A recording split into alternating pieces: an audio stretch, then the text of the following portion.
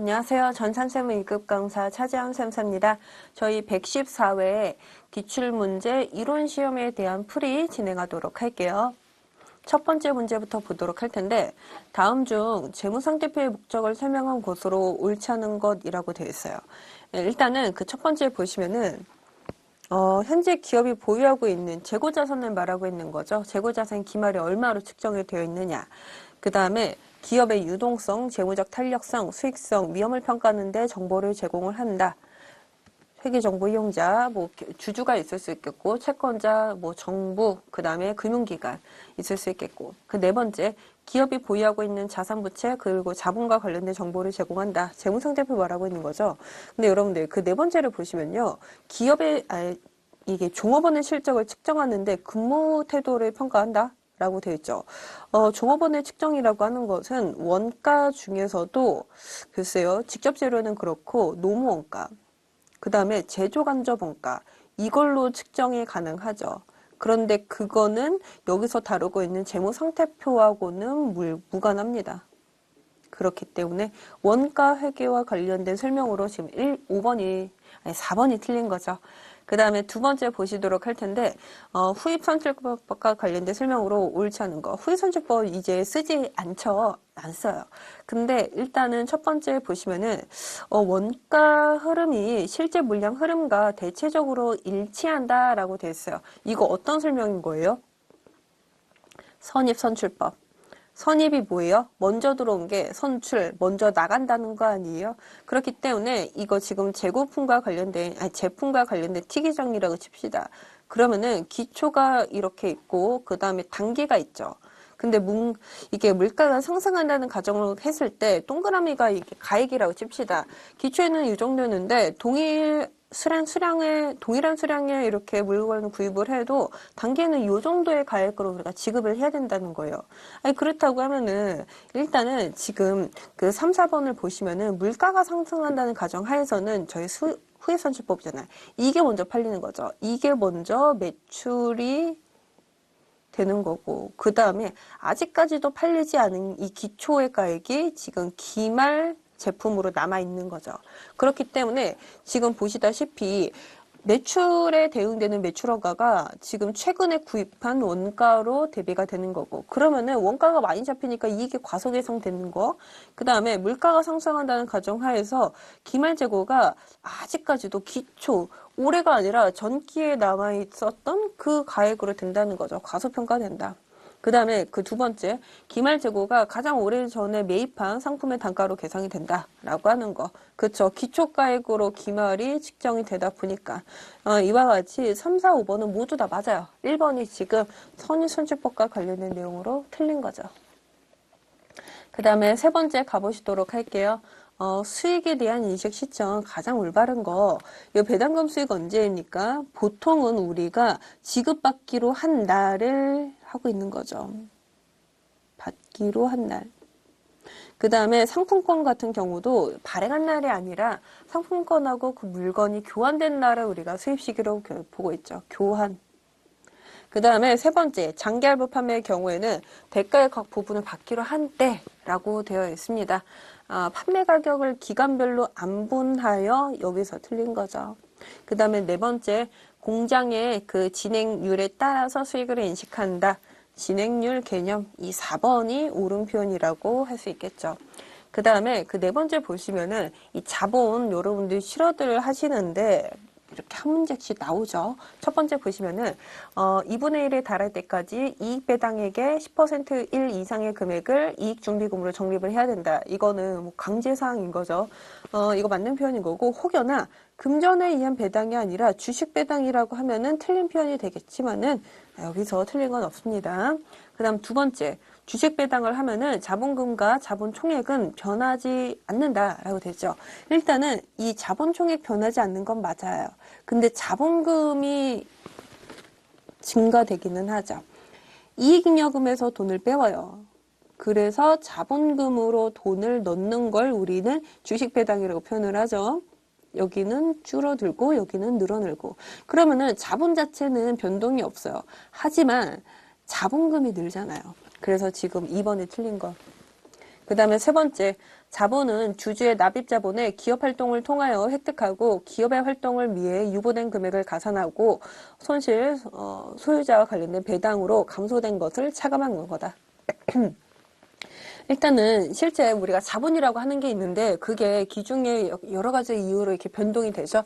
그렇다고 하면은 가산할 거는 넣는 거고 차감할 건 빼는 거죠. 그래서 기말 자본 금액을 다시 측정하는 거. 그다음 네 번째, 현금으로 배당하는 경우에는 배당액을 이익잉여금에서 차감을 한다. 그렇죠. 이렇게 우리가 열심히 돈 벌어가지고 쌓아둔 돈을 우리 이익잉여금이라고 표현을 해요. 그거에서 우리가 차감해서 각각 주주에게 현금으로 지급하는 거, 현금 배당.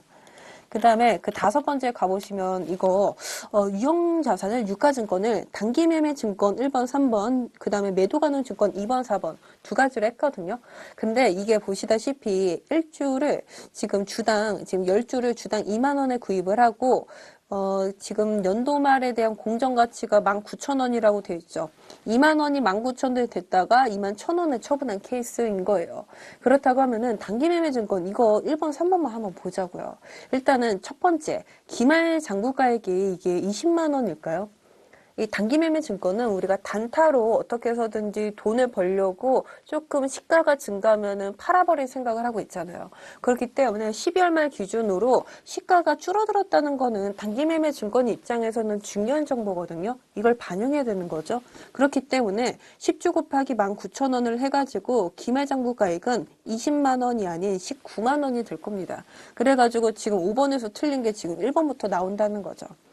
대신 이게 지금 19만 원으로 되어 있기는 하지만은 2만 1,000원으로 팔았어요. 그렇다고 하면은 지금 10주 곱해가지고 처분 이익이 2만 원이 되겠죠. 이건 맞는 표현.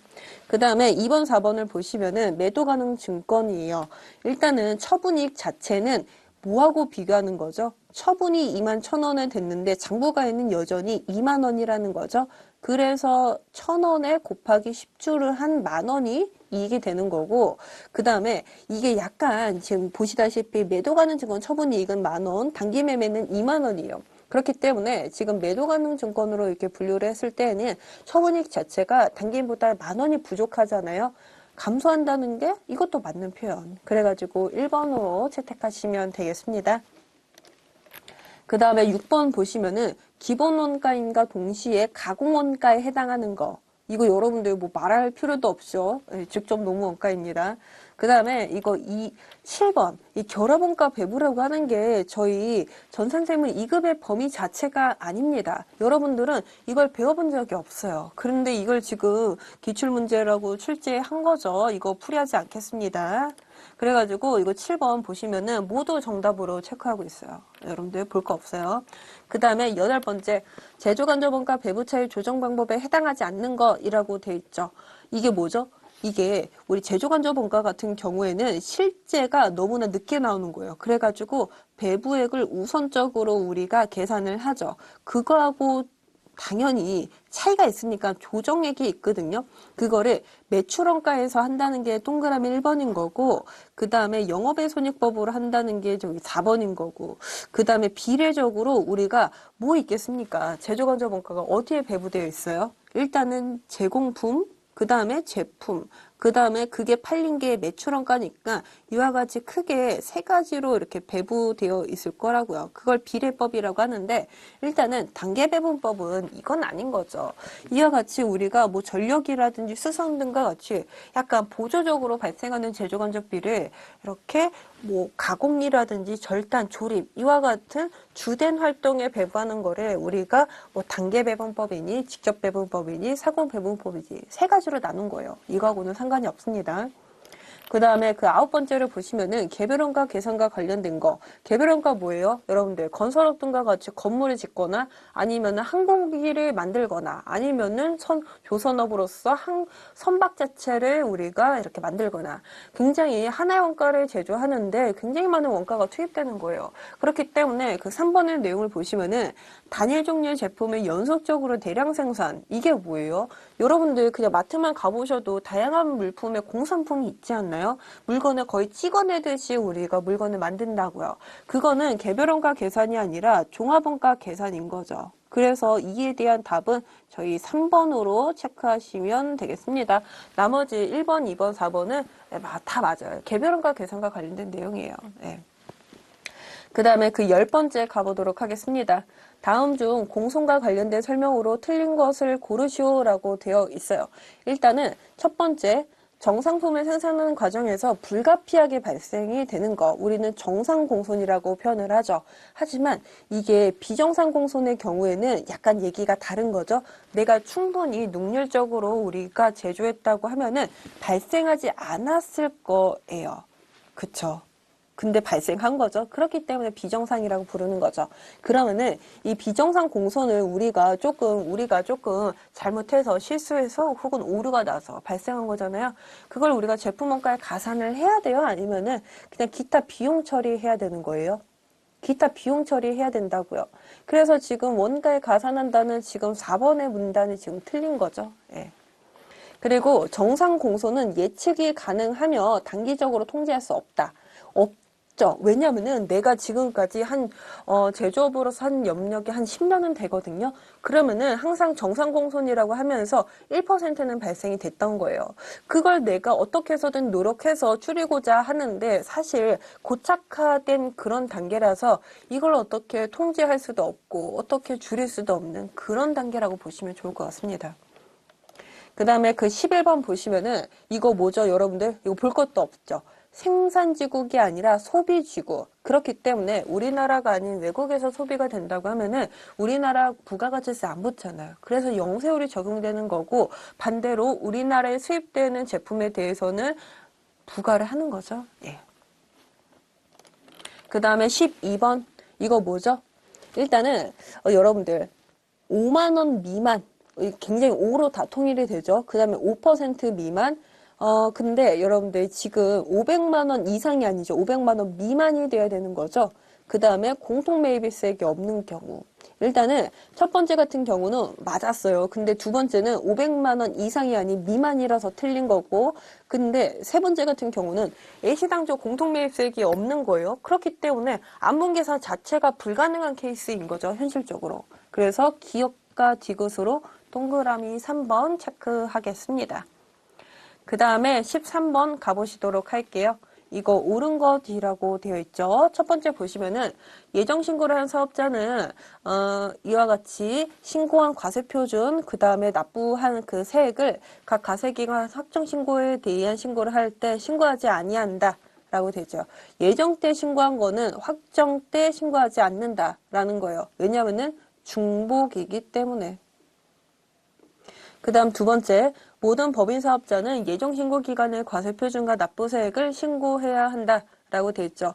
모든에서 지금 틀린 거죠. 왜냐면은 이게 그 소규모 법인사업자라고 있어요. 1억 5천만 원이 채 되지 않는 그런 소규모 법인사업자는 굳이 예정신고를 할 필요가 없이 개인사업자 마찬가지로 예정고지 금액을 그냥 납부하는 단계에 불과한다는 거죠.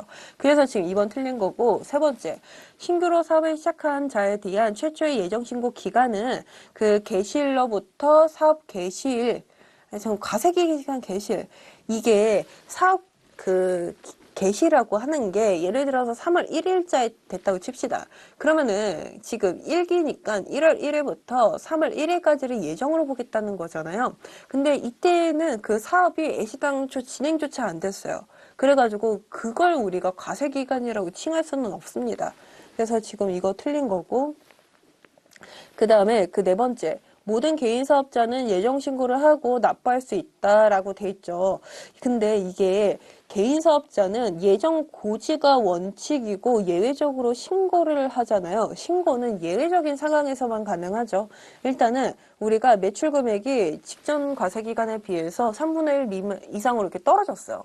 그렇다고 하면 어쩔 수 없이 우리가 예정 신고를 통해서 하는 거고, 아니면은 내가 약간의 투자를 했어요. 아니면은 내가 간이가세자인데 세금계산서를 발행을 했다는 거죠. 그런 특이사항에 대해서만 우리가 예정 신고를 예외적으로 할 수가 있습니다. 그래서 모든이라고 한 이 표현이 지금 틀린 거죠. 그래서 지금 13번에 대한 답은 1번이 되겠다라고 하는 거. 그 다음으로는 14번 가보도록 할게요. 다음 중 소득세법상 과세 방법이 나머지와 다른 하나는 무엇이냐라고 되어 있죠.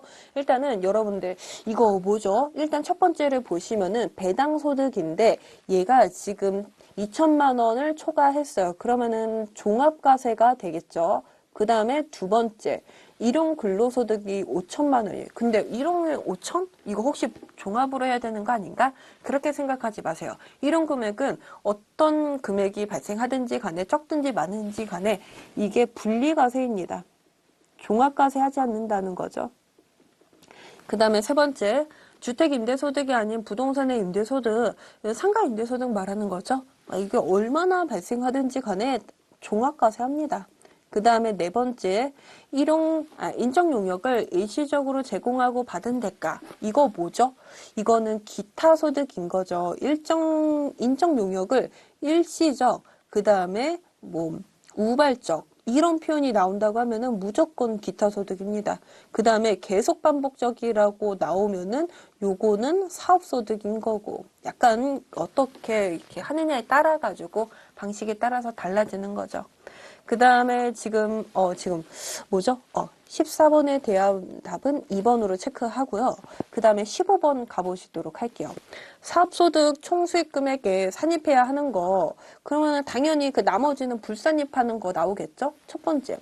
이게 지금 불산입하는 거죠. 매출수익은 말 그대로 세금이지 본인의 수입이 아닌 거예요. 그 다음 두 번째, 사업과 관련된 자산수중이익. 자산수중이익, 내가 꽁으로 받은 그런 이익인데 사업과 관련되어 있다고 하면은 가산하는 거 맞죠?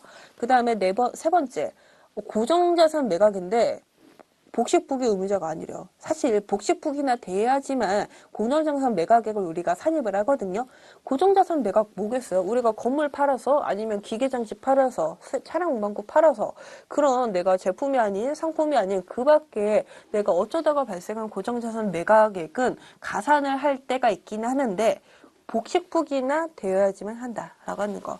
근데 복식부기가 아니라고 되어 있으니까 산입하지 않는다라고 하는 거. 그 다음에 네 번째를 보시면은 자가 생산한 제품을 타 제품의 원재료로 사용한 경우 그 금액이라고 되어 있습니다. 이거 여러분들 뭐가 생각이 나세요? 판매 목적의 타사업장 반출. 판매 목적이어야지만 우리가 그것을 간주 공급으로 봐가지고 우리가 산입을 했었죠. 근데 이거는 원재료로 사용한 거래요. 그렇기 때문에 간주 공급에 대한 예외 사항으로서 이거에 대해서는 우리가 가산하지 않는다는 거죠.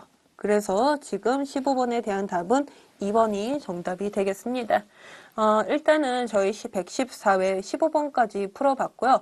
그 다음 영상으로는 저희 실기 파트 들어가 보도록 할게요. 수고하셨습니다.